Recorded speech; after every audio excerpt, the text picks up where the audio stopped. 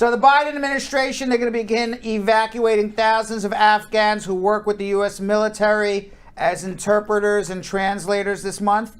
The administration announced yesterday that it will be launching a program called Operation Allies Refuge to relocate eligible Afghan nationals and their families while their visa applications are being vetted. The first flights out of Afghanistan are going to begin in July. We've been talking about this for a while.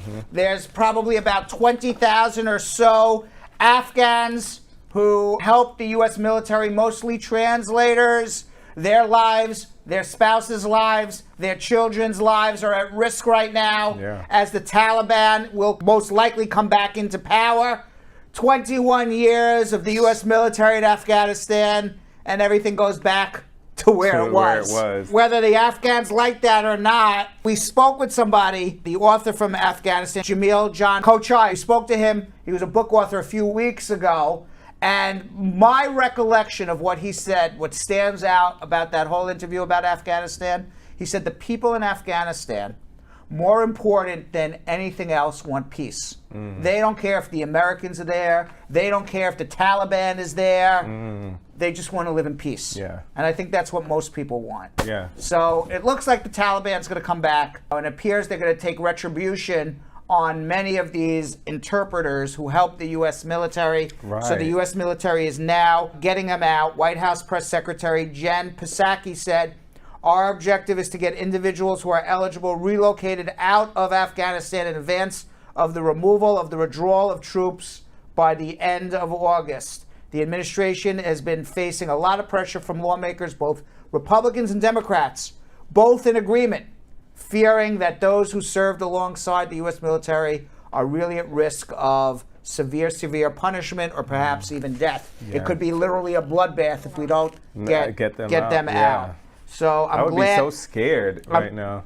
I would be very scared if I was one of them. I am glad at least that the United States is sticking to their promise to protect them. An advocacy group, Human Rights First, called the relocation program, quote, a welcome first step, but they are still concerned that key details such as who is going to be evacuated and where they're going to be sent still don't know. We still don't know where they're going to go. We don't know, or they do know, they just don't want to say it. Oh, they know, they just haven't said it yet. Hasn't said it publicly. Meanwhile, according to a Department of Homeland Security official familiar with figures, U.S. border authorities in June arrested or turned away the highest number of migrants entering the United States from the Mexican border in more than a decade. They encountered 188,800 migrants in June. That is 8,000 more than the 180,034 they found in May. And that's more than in recent years, including 2019, which was labeled a humanitarian catastrophe. Last year, fewer migrants entered the United States as the coronavirus pandemic took hold. Now that the pandemic is more under control, it looks like many migrants are now trying to enter the United States. In June, 34% of the encounters were migrants who at least had one previous encounter in the last year. So it's people trying a second time.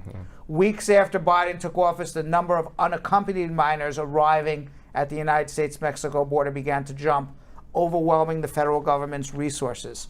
And in the months that followed, the administration was able to decrease the time children were spending in jail-like Border Patrol facilities, which had reached 133 hours in March, well over 72-hour limit.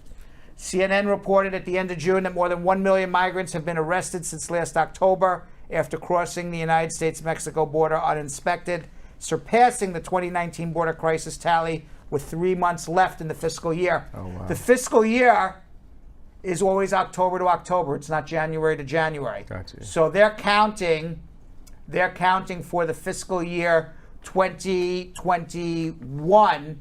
They're counting starting October 2020 to September 30th, 2021. Most encounters are single adults, but they're still families and they're still unaccompanied children. Customs and Border Patrol intercepted 55,000 family members and more than 15,000 unaccompanied children in June. That is a lot of people. That is a lot of people. Think about 180,000 people trying to enter the United States without inspection or trying to evade authorities and come across, and then being encountered more than one time, 34% of them. The United States has decided to run more than 30,000 radio advertisements in Central America to deter this migration.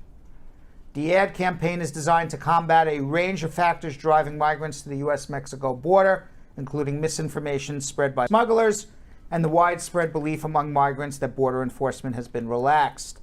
Over recent weeks, several senior administration officials, including Vice President Kamala Harris, have visited the region. The State Department is now running thousands of ads locally, 28,000 ads a month in the various Central American countries, most likely Honduras, Guatemala, and El Salvador. Andrew Steele, president of the Migration Policy Institute, said, "I can understand wanting to do anything to change the narrative, change the balance of people leaving, but this seems to be a stretch." I kind of agree. You know what this ad is that they're spending the money on? What? The ads, they're running in El Salvador, Guatemala, and Honduras. They're in Spanish, and they're also in 5 indigenous languages. The ad currently running in Honduras was shared with CNN, and so this is what CNN reported. It's a man and woman discussing their hopes for the future. The man expresses a desire to go to the United States to make money to support his parents and children.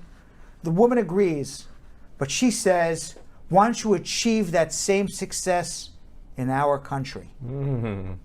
"But why do you want to stay here?" she says in her language. "Don't you think that you'd be more successful if you just didn't leave?"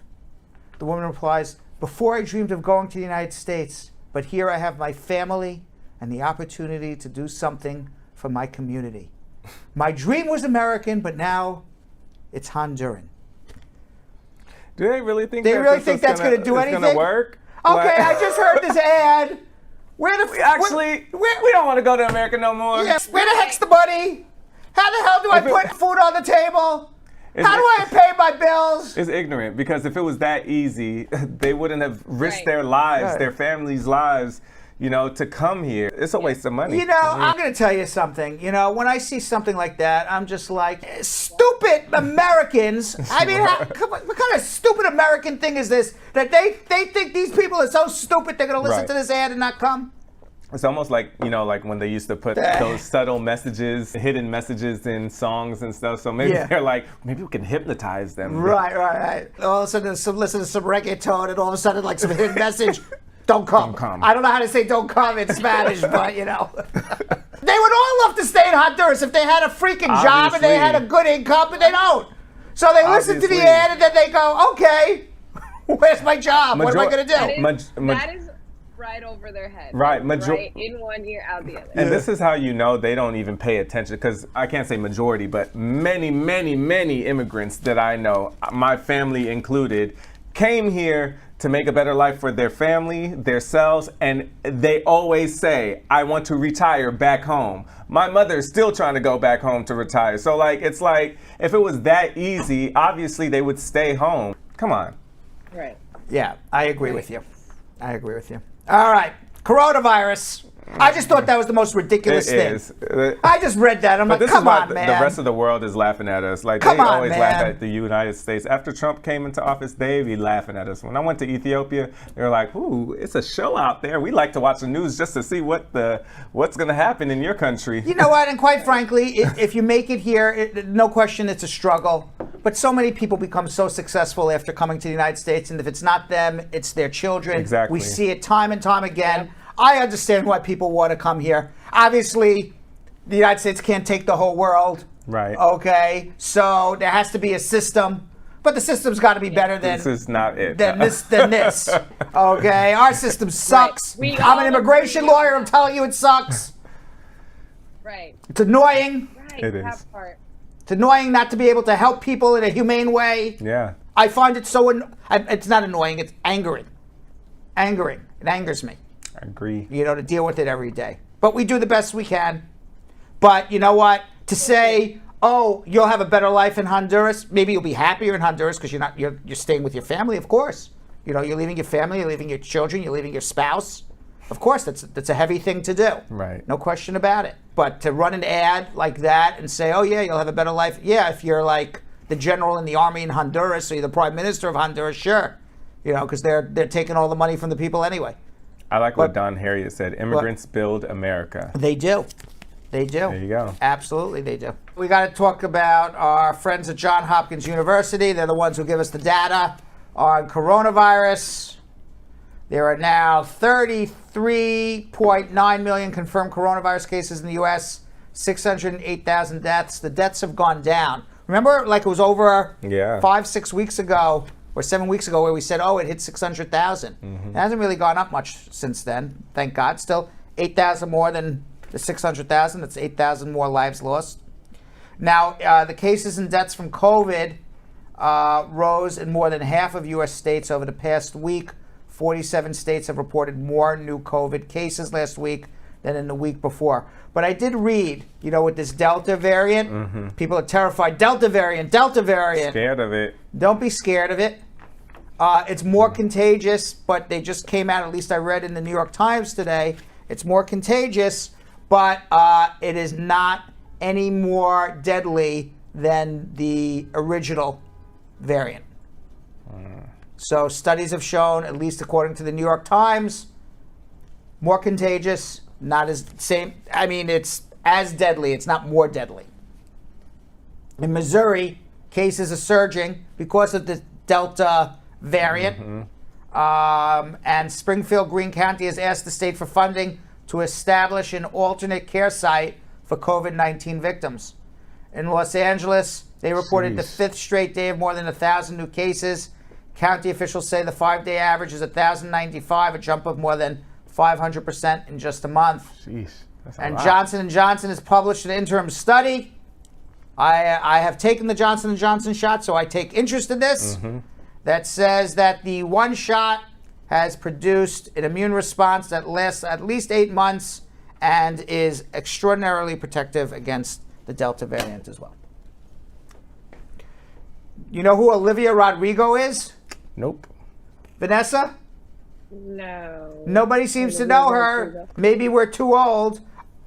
But she went to the White House to meet the president and Dr. Anthony Fauci yesterday. That's a pretty She's boss. TikTok girl? That's a boss-ass picture, though. Yeah. That's a boss as picture. part of the Biden-Harris administration's effort to get young people vaccinated, she is known for her role as Ninny Salazar Roberts in the Disney series High School Musical.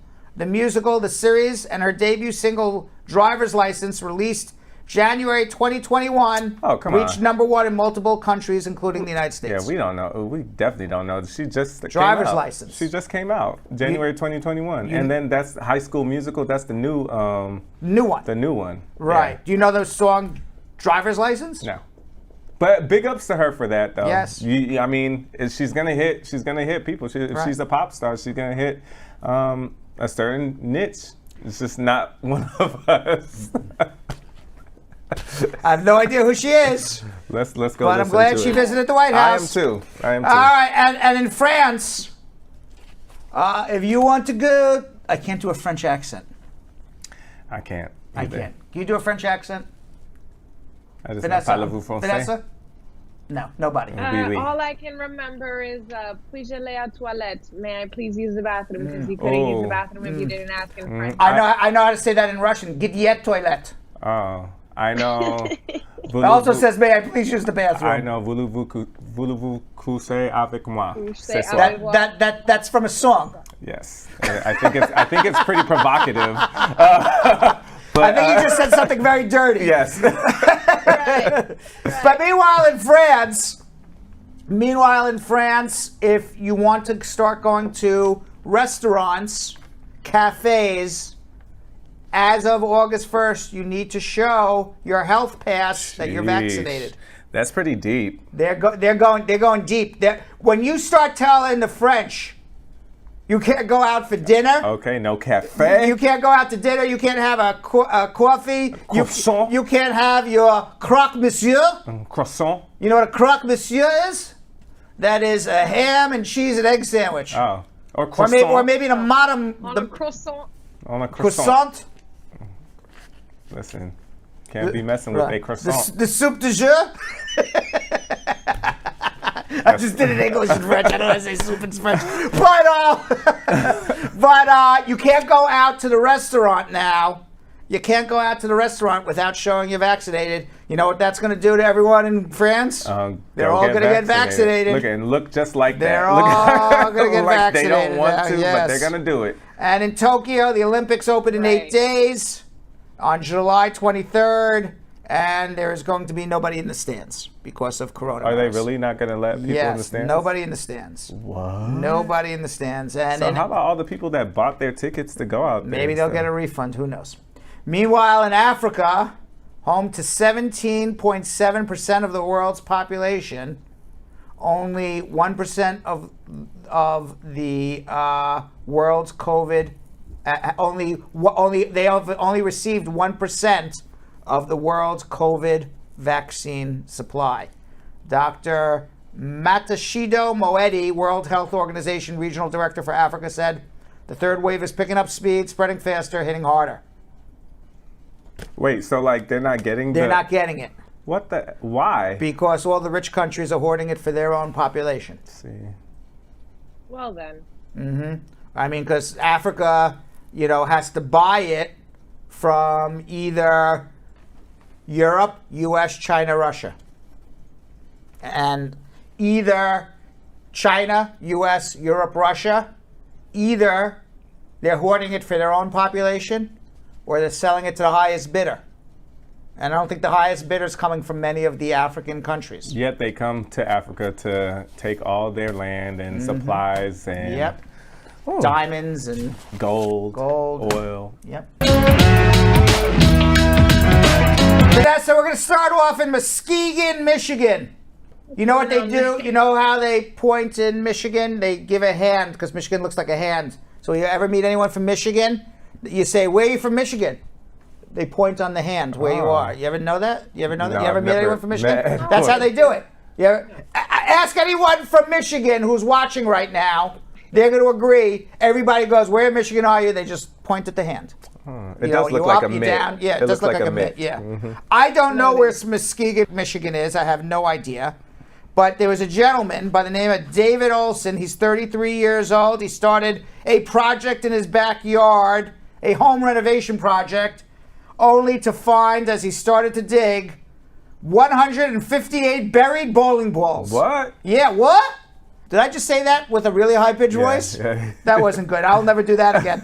Olson, the 33-year-old man, said the inspector told me the cement pad just off the sliding door was sloping into the house. Olson didn't want to hire a contractor to come and demo the stairway that he just built, so he decided he wanted to do it himself. I had a couple hours on my hands, so I wanted to take a sledgehammer to it. He started breaking up the concrete, and after he got most of the top slab removed, he started seeing what appeared to be spheres embedded in the sand underneath. Before he knew it, he'd piled up 158 bowling balls. This hole underneath the stairway was full of bowling balls. The deeper I went down, the more I pulled out. It became mind-blowing. I kind of felt like a paleontologist when they got their little brush and they're dusting off bones. A few of them looked like alien eggs. None of the balls were drilled and many were damaged. Brunswick is engraved on most of the balls, so he decided to call the Brunswick bowling office in Muskegon, Michigan. He was told that back in the 1950s, they used to make damaged bowling balls available for people to take for free and use as landfill. Oh. There's no way to know for certain if that's what the previous homeowner did, but given the bowling balls were found, that's the logical explanation. Sense. Oh. Landfill bowling balls. He should use that as decoration for whatever he's about to make. I don't know, somehow, maybe, you got to hire a designer or something, but I would incorporate it into my yard or something. It's pretty awesome. Yeah. I don't know about bowling balls. What is he going to do? He said he's going to go to a local church, contacted me about them, and I plan to give 10 balls to them. The Heritage Museum in downtown Muskegon reached out to me and asked for a couple. That's for the rest. I don't know yet. Oh. So he's donating it to a museum. Vanessa, when you be passing by Muskegon, Michigan, do you feel that you will need to stop at the local museum to see 10 buried bowling balls? Is that something that you would want to put on your itinerary? I would have to limit my stops on the road trip, so I'm not too sure. Is that I'm not sure that's going to be a big draw for many people. The 10 bowling balls. We joke about it, but then I was talking to my friend about just like bowling leagues, and they pay more than what they would win if they got first place. So they enjoy that. That's like their life. So I can see a lot of people going there, like people that are in bowling leagues. They like to know about the bowling history. You know, there's people out there that would like it. Well, what we've learned from this is Vanessa's not one of them. Yes, and I don't think any one of us are either. Yeah, I'm just thinking of like as I'm driving through I like Michigan, bowling, but I can think of 100 things I'd rather do than stop at Muskegon to look at the 10 bowling balls. I can think of a lot more than that. All right, we got to go to the UK, Vanessa. Of course. To the world's worst parker. After taking 8 minutes to park in what is basically 2 open spots next to each other. Oh my God. It took this man 8 minutes, or woman, we don't know, to park. It's not like it's a very squeezed in spot there. It's not. The Daily Mail reported that a Facebook clip of the vehicular absurdity has gone viral. Andrei Dalca, who filmed the embarrassing spectacle from his balcony on June 29th, told the Kennedy News it was frustrating to watch. He could be the worst parker in the United Kingdom at the moment. I don't know who gave him his license, but this is extraordinarily worrying. That's literally the first thing I thought about. The person who is doing this is somewhere between 30 to 40-year-olds. He's the driver, the motorist reportedly failing to back his red vehicle into several large parking spots, empty spaces next to them, while Dalca, 27, who was taking the video, was narrating the hilarious scene. I think he needs to retake his driving test. Uses Dalca's girlfriend, Sophie Daniels, as the driver reverses. A second try at a different spot ended equally disastrous. And finally, after 8 minutes, 4 attempts, 4 different tries at 4 different spots, the driver finally managed to successfully maneuver his car into a space. Jeez. That's ridiculous. Yeah. Now, despite the driver's automotive illiteracy, Dalca said he admired his persistence because some people would have given up. I agree. Surely they can't be safe to be on the road, wrote one social media backseat driver, and people wonder why I park miles away from everybody else. That part. That's exactly why New York has all of those bumper pads. Yeah, I thought they're so ugly, but they are needed. I don't put them on, and I always say I should do it because everybody always dings up my car on the street. See? I want you to know. Maybe just when you park, throw it on.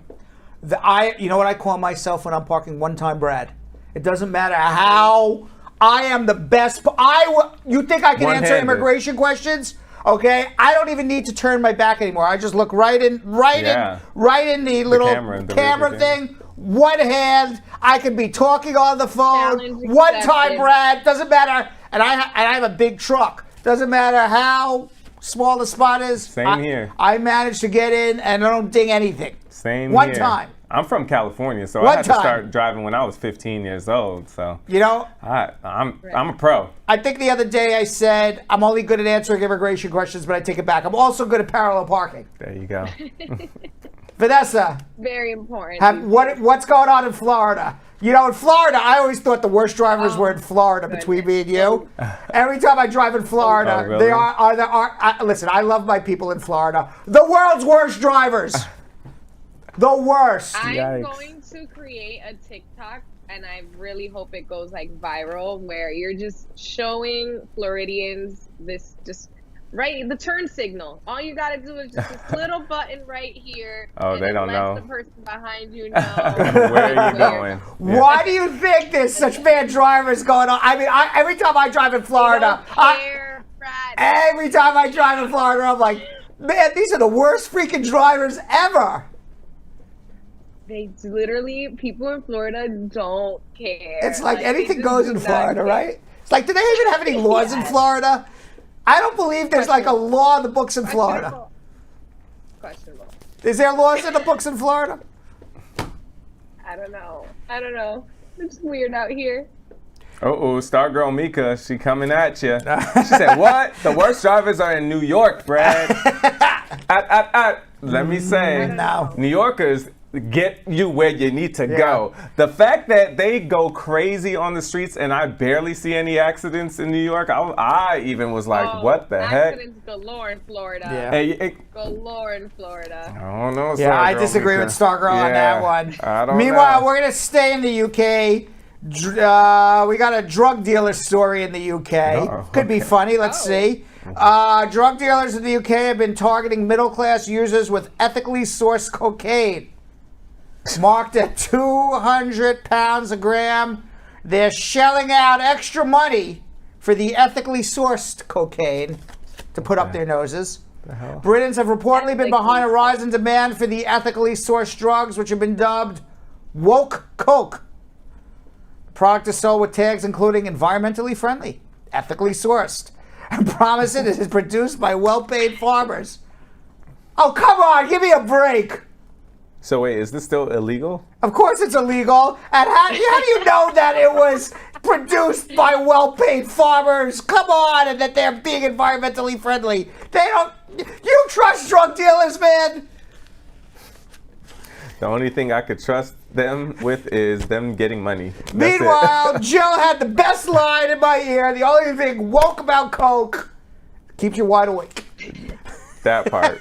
That's what I thought it meant. That's the stupidest thing I've ever heard in my entire life. You know what? I only want to buy the organically farmed cocaine. Say no to drugs, y'all. Say no to drugs. I don't even know why we have drug things on here. Yeah. Meanwhile, one art buyer just bought a Leonardo Da Vinci sketch for $12 million. Do you know how big it was? The size of a Post-it note. The drawing was the size of a Post-it note. It was a sketch from Leonardo da Vinci, and one of the rare sketches from the Italian Renaissance master. It was the head of a bear. It was a total of 2.7 by 2.7 inches. Can we convert 2.7 inches into centimeters so people who follow centimeters know how small this is? What is that, about 5 centimeters by 5 centimeters, That's right? wild. $12 million? Yeah, $12 million. It's probably 5 centimeters by 5 centimeters. Christie's noted 6.858 centimeters. Christie's noted its small size aside, the sketch is an exquisite demonstration of Leonardo da Vinci's unsurpassed mastery as a draftsman and of his groundbreaking attitude towards the studies of nature. That is some good sales BS. Boy, these art people really know how to BS you. Yep. I would be so mad if I was Da Vinci and my Post-it note is going for 12 mil when I probably didn't get none of that when I was alive. Look at that. All right, Vanessa, question for you. What's the bigger sales BS? Oh, God. Is it... We have so many One that we talked second. about. Is it that this Coke is vegan, organic, lifestyle, ethically sourced from environmentally friendly, well-paid farmers, and you pay 200 pounds a gram? 200 pounds a gram. I got confused pounds a gram for, or the $12 million Leonardo da Vinci 2.7 inch by 2.7 inch doodle of a bear, where Christie's writes, the drawing was executed in a silver point on a pale, prepared paper, an incisive and demanding technique, which Leonardo was taught in his youth by his master, Andrei Dalca, the leading artist in Florence at the time. The piece was created, Christie's noted its small size, but is an exquisite demonstration of Leonardo da Vinci's unsurpassed mastery as a draftsman and of the groundbreaking attitude toward the study of nature. No, it was him doodling on a piece of paper. It was a doodle. Yeah. A cadoodle doodle, a small one at that. I think we'll get more transactions and more things flowing with the ethical Coke. You think people really are into woke Coke? I mean, come on. At least there'll be multiple clients that'll be able to give us a review. This one sketch. Woke Coke or $12 million Leonardo da Vinci doodle that they're trying to say is like all things wrong, a lot of things wrong with both activities. That's what I feel. It's a good close agree. race.